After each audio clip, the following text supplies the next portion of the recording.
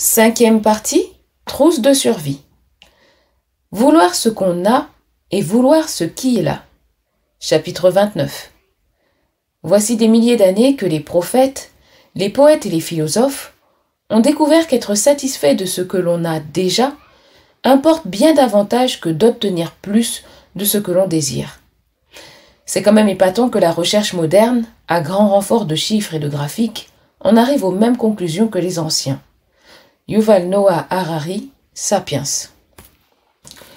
Je suis une fille de Star Wars.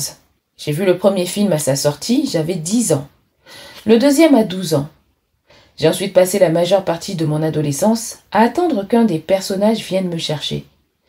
C'est que, voyez-vous, je m'étais persuadée que c'était moi, l'espoir, dont on parle vers la fin de l'Empire contre-attaque.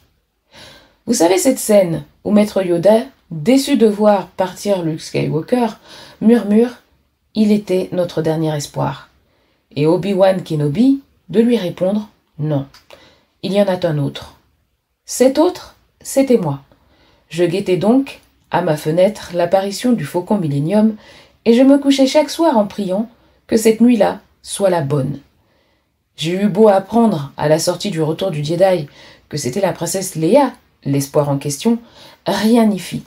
J'ai attendu jusqu'à l'aube de mes 17 ans avant de me rendre à l'évidence, puisque j'étais encore sur Terre après tout ce temps. Obi-Wan Kenobi devait avoir eu quelqu'un d'autre en tête. Si je vous raconte cette histoire très personnelle, c'est parce qu'espérer que Luke Skywalker vienne me chercher a causé une de mes plus grandes déceptions de ma vie. Oui, je sais, j'ai beaucoup d'imagination. Il s'agit aussi pour moi d'une grande leçon. Même s'il m'a fallu 10 ans pour la comprendre, je rêvais de l'impossible. Et l'impossible ne s'est pas produit. Vous me direz qu'il n'y a rien de surprenant à cela. Et vous avez raison. Il s'agit pourtant du quotidien de beaucoup de gens. Je vous accorde qu'un Nord-Américain, normalement constitué, n'attend pas qu'un personnage de Star Wars vienne changer le cours de sa vie. Il attend bien autre chose cependant. Et souvent, ses aspirations ne sont pas moins farfelues que celles de l'adolescente que j'étais. Ses désirs irréalistes ou difficilement réalisables, ou tout simplement insatiables, sont pour beaucoup de gens une grande source d'insatisfaction.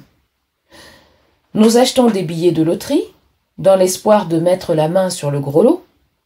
Nous attendons qu'un événement extérieur vienne changer notre vie et améliorer notre sort. Nous voudrions que notre maison ait une pièce de plus ou un étage de plus. Nous aimerions qu'elle soit située dans un meilleur quartier, mais qu'elle ne coûte pas plus cher. Nous voudrions que notre enfant ou notre conjoint soit davantage comme ceci ou comme cela. Parfois, c'est nous-mêmes que nous voudrions autrement, et nous sommes continuellement déçus. Ce genre de désir, source de mécontentement, se manifeste aussi et surtout dans les détails. Par exemple, avant d'aller souper dans un grand restaurant, je consulte en ligne le menu. Je remarque qu'on offre du foie de veau. J'en salive déjà. Une fois sur place, le serveur m'annonce qu'il n'y a plus de foie de veau, que ce soir, ce plat est remplacé par un steak de porc. Me voilà déçu. Peu importe ce que je choisirai sur le menu, je quitterai le restaurant insatisfaite. Alors que, si j'avais attendu d'être attablée pour examiner le menu, j'aurais mangé un des plats offerts, celui qui m'aurait fait le plus envie, et je serais reparti ravi. Pour changer sa vie et sa vision du monde et de soi-même, il faut voir les choses telles qu'elles sont, vouloir ce qu'on a et vouloir ce qui est là.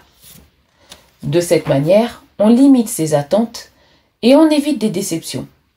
Comme l'a écrit Frédéric Lenoir, le bonheur est possible à condition de ne plus chercher à ajuster le monde à ses désirs.